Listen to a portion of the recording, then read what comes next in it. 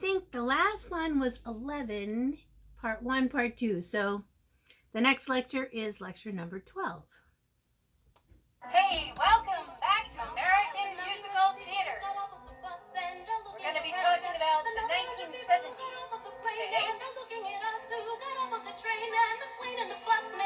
today. It's a city of strangers. Some come to work, some to play. A city of strangers. Some come to stare, some to stay. And every day, some go away. Or they find each other in the crowded streets, in the guarded parks, by the rusty fountains and the dusty trees with the battered box. And New York City is a city of strangers.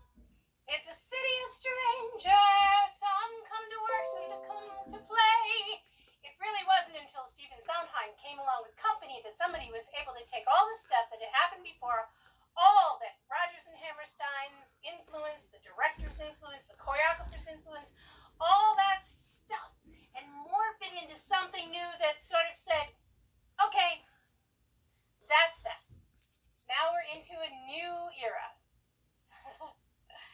We are now into the 1970s. The end of the 60s, Stephen Sondheim had collaborated on 6 Broadway shows. He followed up his lyric writing for West Side Story with another landmark, Gypsy, and then wrote both music and lyrics for a string of shows. One called A Funny Thing Happened on the Way to the Forum. In 1970, Sondheim teamed up with Al Prince on Company and plunged the musical into still a new era. The musical is constantly redefining itself, reinventing itself, new experiments. This show is based upon a group of short plays by George Firth, which dramatized the realities married life would give you living in New York City. It's the little things you do together, that make perfect relationships. The hobbies you pursue together, saving you a brew together, looks you miss and stew together, that make marriage a joy.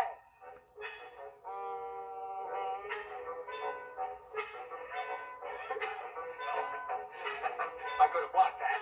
No, that can't be blocked. Want to do it again?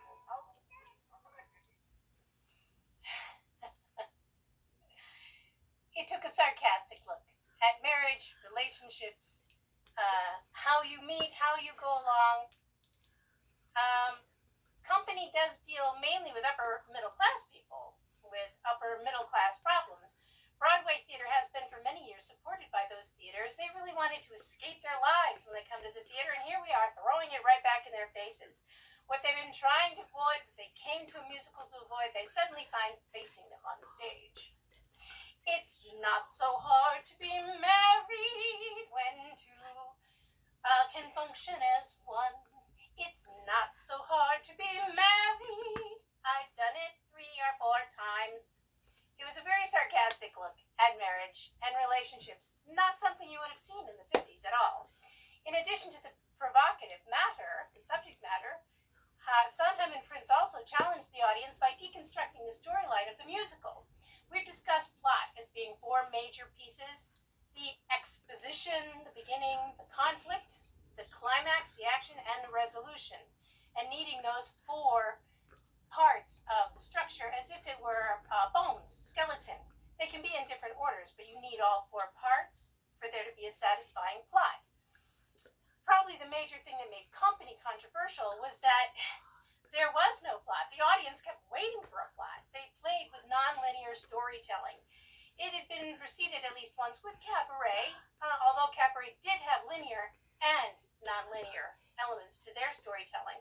But now the musical had made its way right into a whole non-linear evening. The notion of a series of snapshots of a man's life taking place in a metaphysical birthday party, and it keeps changing and flowing back and forth, and you don't know if the guests know each other, and there's a girl in a wedding gown.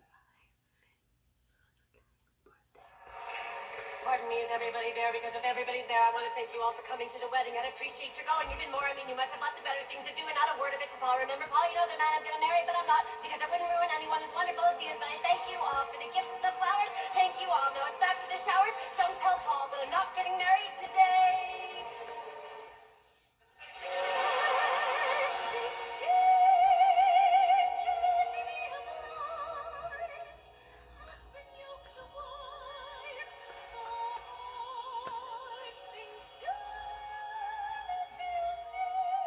The cast of company inhabited an abstract urban world and rode a working elevator within Barris Aronson's Jungle Gym set.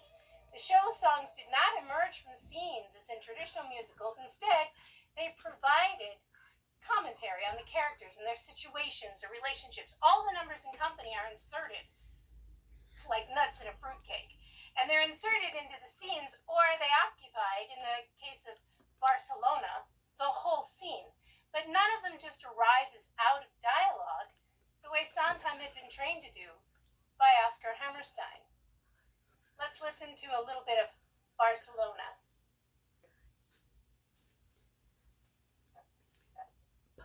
Where you going? Barcelona, Oh, don't get up. do you have to? Yes, I have to. Oh, Don't get up. Now you're angry. no, I'm not. Yes, you are. No, I'm not. Put your things down. See, you're angry. No, I'm not. Yes, you are. No, I'm not. Put your wings down and stay. Leaving Why to go to. I stay? have to. Fly, I know, to Barcelona. So you can see the scene itself is actually done in the music. It's not separate. The dialogue is not separate. It is actually part of the music. When Company opened in April of 1970, its cynical view of modern relationships and marriage polarized the Broadway audience. Musicals for decades had had no doubts about if you find the right person, you may go the rocky road of love, but it would always lead to so-called happy endings. We were now saying something ambiguous, which is actually there are no endings. It just keeps going on and on and on is really what Company's about. Broadway was always that fun, joyous, think of that Playland that Gershwin wrote in, the Tin Pan Alley music, the fun. Sondheim's world and Sondheim's New York is a place where you lose things, not find them. And you can't even find yourself, where you're alienated, where another 100 people come out of the subway. So it's an ambivalent place. But I think to the extent that those endings are earned, they're a little more mature. And they're more interesting to sing about. What they still want is a happy ending. And a happy ending can have a lot of people, even dead people, like West Side Story. But it is still a happy ending.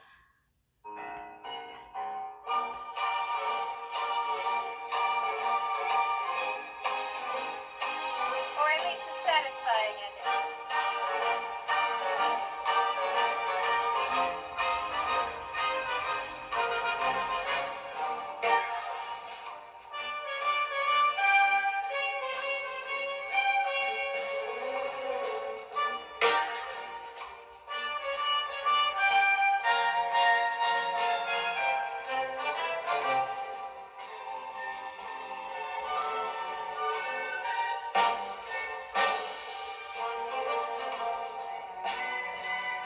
By the early 70s, that would be my time of working in New York City, and I loved it. But by 1970s, people would tell me New York City, like the rest of America, was in a deep recession, and nowhere was that more evident than on the Great White Way. This area in the 70s, and this whole area of 42nd Street in the 70s was kind of a sewer. There was this den of pornography, prostitution, felony, crime, drug dealing, you name it, was all there. To see Broadway right now, in comparison, it looks like Disneyland. When I walked down 42nd Street in the 70s, most of the theaters had become porno houses with some great memorable titles. Pinocchio, It's Not His Nose That Grows, or Snow White and Her Seven Little Men. Very, very different time, of course. I saw it as gritty. And I took to to heart the idea that if I can make it there, I'll make it anywhere. But what Broadway needed was a hit. This time it would come not from a big-time star, but from the supporting cast, from the dancers, the self-titled gypsies, who provided the backbone of a musical. Of course, dancers on Broadway are blue-collar workers. It's a life commitment, and it's something that either you have inside of you, and you have to do it, or maybe you should go sell hamburgers. Because it's really not for the weak of heart or those who want an easy life, contrary to popular belief. To me, as a 20-year-old, these reinvigorated Broadway gypsies, to know that we were making the musicals now, that was so inspiring, so invigorating. And I was happy and proud to be called a gypsy and to be in the background. That was terrific. To me, that was success. And in fact, it was a former gypsy who reinvigorated Broadway, making dance so popular that leg warmers became a fashion statement. Michael D. Filippa first appeared in a touring company of West Side Story, but on Broadway, he became known as Michael Bennett. My sister-in-law had met Michael on Hullabaloo, a TV variety show in 1964. One day, they were dancing side by side, and they were bringing the jerk to new heights, and she said, "Michael, what are you going to do when you grow up? You can't keep doing this the rest of your life. Did you ever think of that, huh?" And he said, "Oh, yeah, I'm going to be a choreographer." The 70s you had Stephen Schwartz doing Godspell. You had Andrew Lloyd Webber doing Jesus Christ Superstar. But the king, for me at that time, was Stephen Sondheim. This is a little bit of Follies.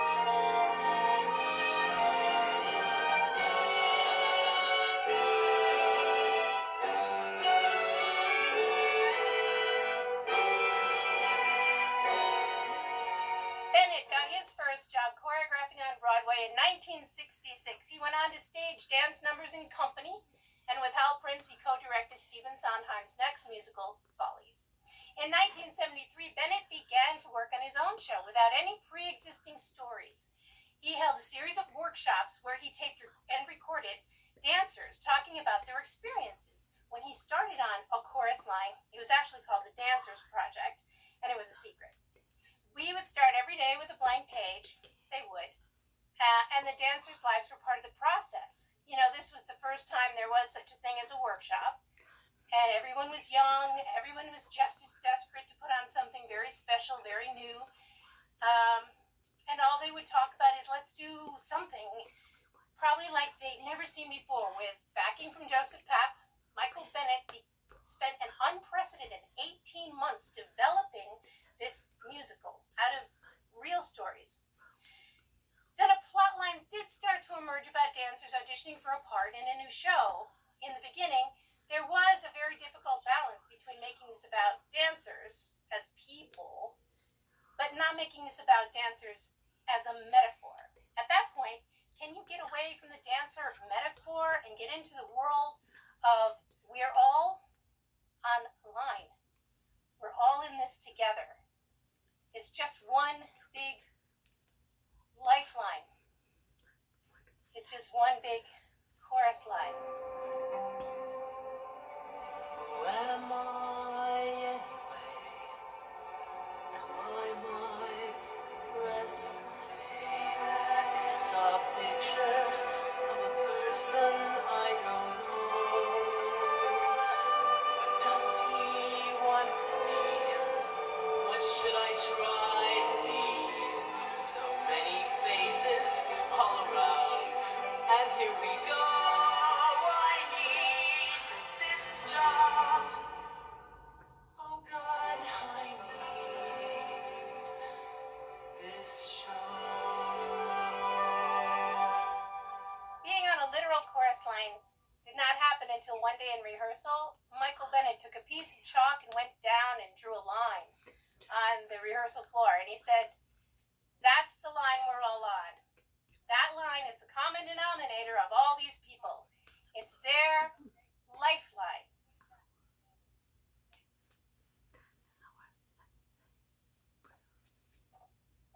Oh, God, I hope I get it. I hope I get it. I've come so far, but even so, it could be us, it could be no. How many people does he? I really need my own time. Please, God, I need the start. I've got to get this show.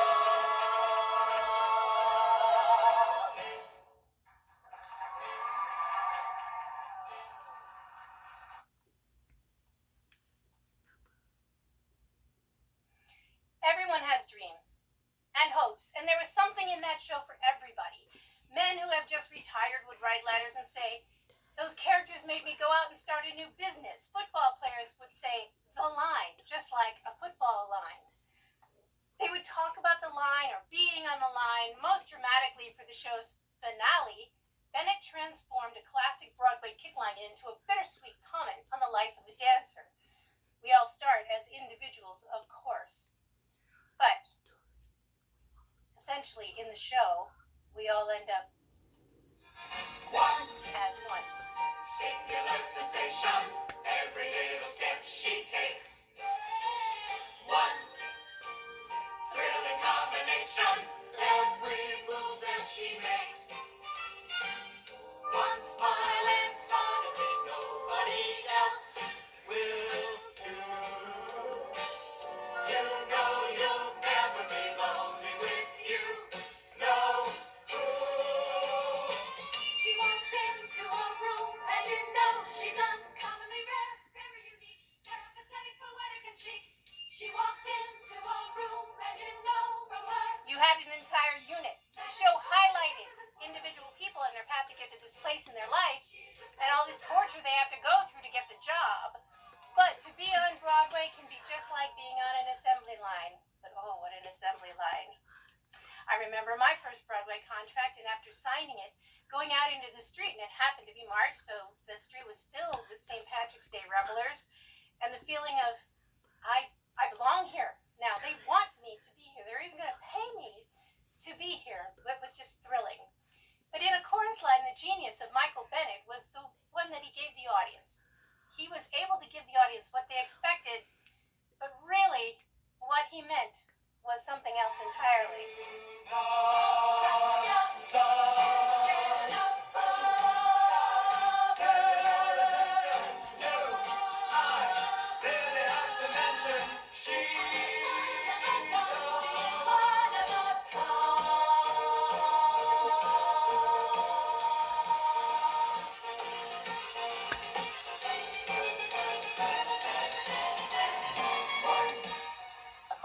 Opened at the Public Theater and quickly moved to the Schubert on Broadway in July of 1975. It stayed there for over 15 years, breaking all existing box office records. Michael Bennett and the Chorus Line totally changed the musical theater.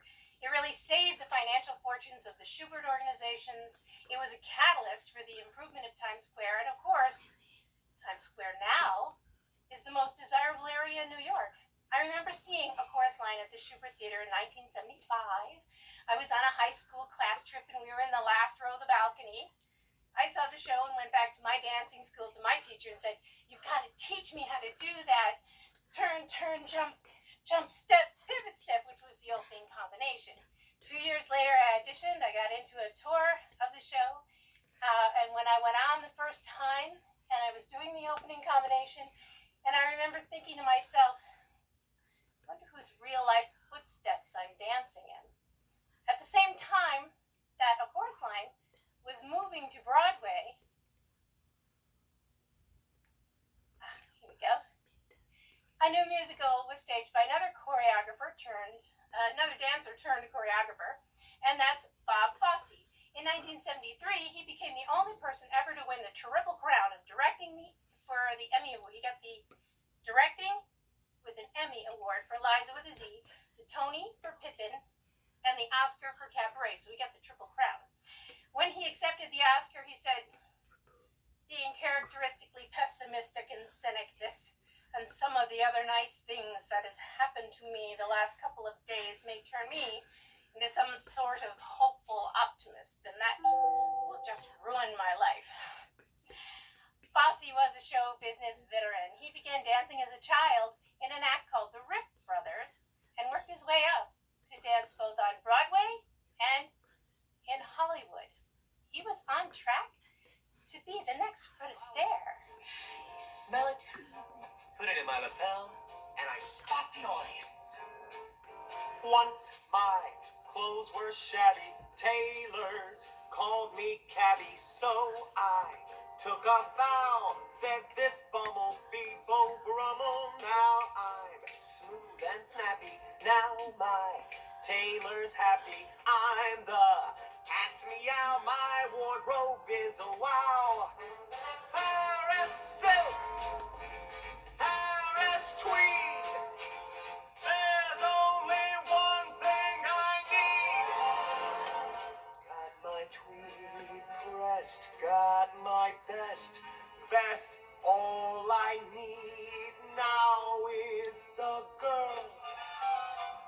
Got my striped tie, got my hopes, I got the time and the place, and I got rhythm. Now all I need's the girl to go with. When Fosse first started working in Hollywood, he had no idea he'd become the famous choreographer we know today. He was just a song and dance man. And as you watch him in Kiss Me Kate or the chorus of dozens of other films, it was obvious even then that he was going to be as good a song and dance man as Gene Kelly, Fred Astaire, or any of the real greats. Fosse possessed distinctive style, and it was evident from the first musical he choreographed, The Pajama Game.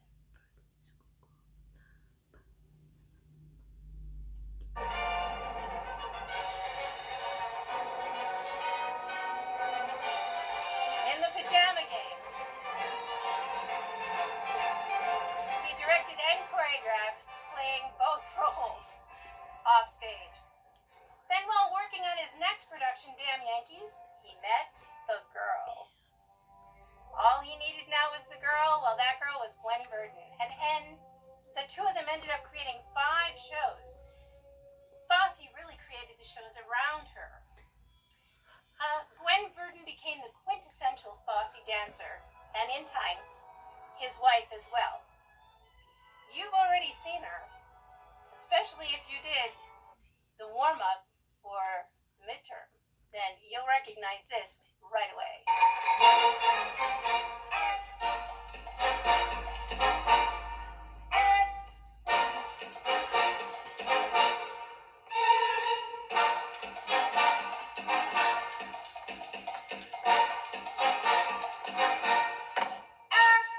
Who's got the pain when they do the mumbo? Who's got the pain when they go up? Who's got the pain when they do the mumbo? I don't know who. Do you? Who needs a pill when they do the mumbo? Who needs a pill when they go up? Who needs a If you pill? practice that dance, you're probably almost sick of this song. Some of us are sick of are stepping on it. Fosse loved to make women look beautiful. I think Gwen was the sexiest of them all because she had this angelic innocence about her. Over the next 2 decades, Fosse refined his signature style. He explained the development as his style in this way. He said, I suppose if you repeat something enough times, it's called a style. You know, I started with hats because I began losing my hair. And it was very early, and I've also always been slightly round-shouldered, so I started to exaggerate that, and I don't have what the ballet dancers call a turnout, so I started turning my feet in, and I guess that's what the style is all about. What is a directorial or choreographic style, you may ask? Well, when you see Agnes DeMille or Jerome Robbins, Fosse, or Bennett's work, you know immediately that it's their style. In the same way as if you saw Picasso. And you can easily say, without knowing very much about art, oh, is that like Picasso? You can do the same with their choreographic movement and what a show looks like when they direct it. In 1975, Fosse created a musical out of a Prohibition-era story of corruption and murder. He turned to the composing team of Kander and Ebb, and together they beefed up its show business elements. Fosse's most enduring work for Broadway would be called Chicago.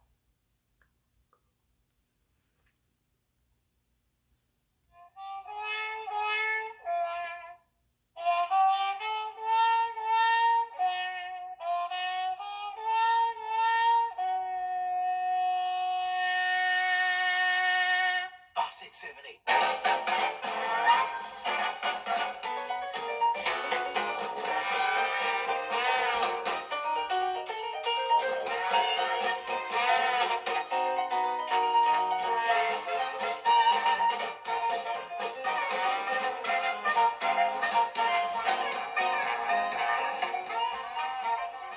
They asked Fred Ebb if he knew how to adapt a very straight play, if he had any ideas on how to musicalize it. And so he came up with going back to vaudeville, that vaudeville concept. That while Chicago was set in the past, the show sharply satirized in America that it was now obsessed with murder, sex, and celebrity. The lawyer, Billy Flynn, will do anything for a buck, but claims otherwise. He's a phony. He's a liar. He actually peddles alternative facts before we knew what they were. He comes out and sings a phony song about a phony emotion. He doesn't mean it for a minute, and you can tell. This is Jerry Orbach. You probably know him as one of the detectives from Law and Order.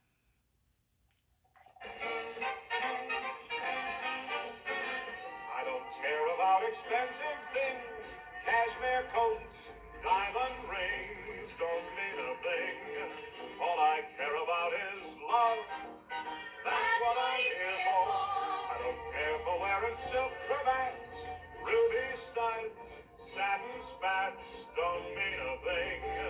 All I care about is love. Give me two eyes of blue, softly saying, I need you. Let me see her standing there, and honest mister, I'm a millionaire. I don't care for any fine attire, Vanderbilt might admire. No, no, not me. All I care about is All he cares about is love. It's actually an indictment of our pop culture.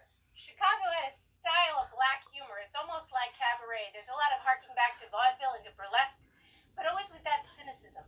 When Chicago opened in '75, it got very mixed reviews. Now the show is looked on as some sort of icon, and the fact is it's the same music, the same text, the same lyrics, the same orchestrations as it was back then. But we're much more used to it now.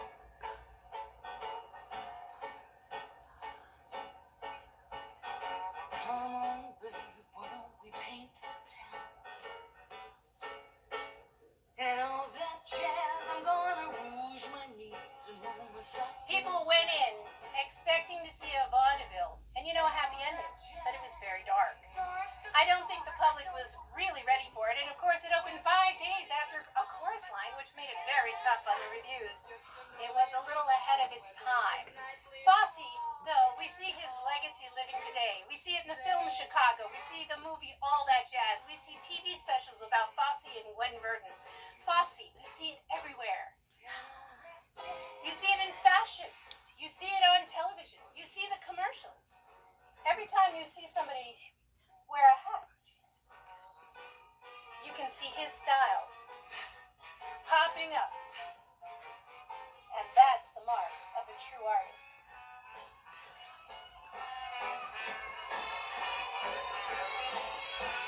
So again, check on my courses, and we'll be continuing to move on. We're getting closer and closer to the end, so hang in there and stay strong. Like your